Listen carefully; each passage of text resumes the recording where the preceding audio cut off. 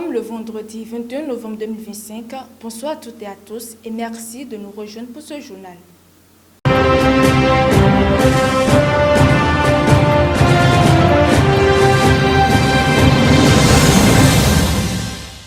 Nous ouvrons cette édition avec l'Afrique, précisément au Cameroun, où la confusion règne dans le procès Martinez-Zogo.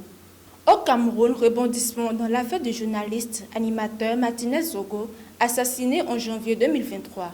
La Cour d'appel du centre tenait hier une audience pour examiner les demandes de mise en liberté des principaux accusés, dont l'homme d'affaires Jean-Pierre Amongo Belinga. Mais coup de théâtre, l'audience a été renvoyée au 18 décembre.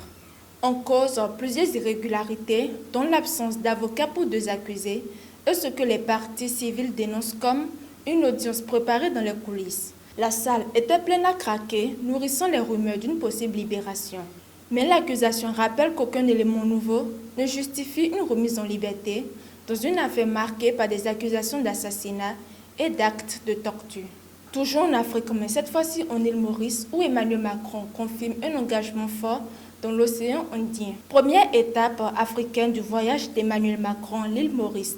Le président français et le premier ministre mauricien Navin Ramgoolam ont affiché leur volonté de redynamiser les relations bilatérales plus de 30 ans après la dernière visite d'un chef d'État français.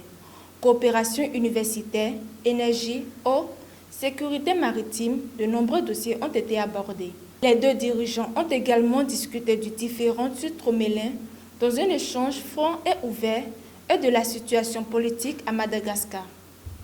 Le président français a assuré que Paris accompagnera la transition malgache avec ouverture et avec un soutien prioritaire au développement et à la jeunesse. La visite du président Macron se poursuit aujourd'hui avec l'inauguration de la nouvelle ambassade de France à Maurice avant son départ pour l'Afrique du Sud.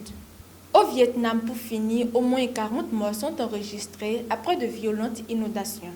Au Vietnam, des pluies torrentielles qui durent depuis fin octobre ont provoqué des inondations et des glissements de terrain meurtriers. Selon les autorités, au moins 41 personnes ont perdu la vie et plusieurs autres sont portées disparues. Plus de 43 000 habitations sont inondées, des routes et voies ferrées coupées et plusieurs provinces ont été déplacées en état d'urgence. L'armée a été mobilisée pour secourir les habitants, évacuer les zones les plus touchées et approvisionner les hôpitaux isolés. Le pays fait face à un phénomène climatique exceptionnel. Le 13e typhon de l'année, nommé Kalmegi, vient de frapper le territoire après avoir fait près de 200 morts aux Philippines. C'est la fin de ce journal de ce vendredi 21 novembre 2025. Merci pour votre fidélité.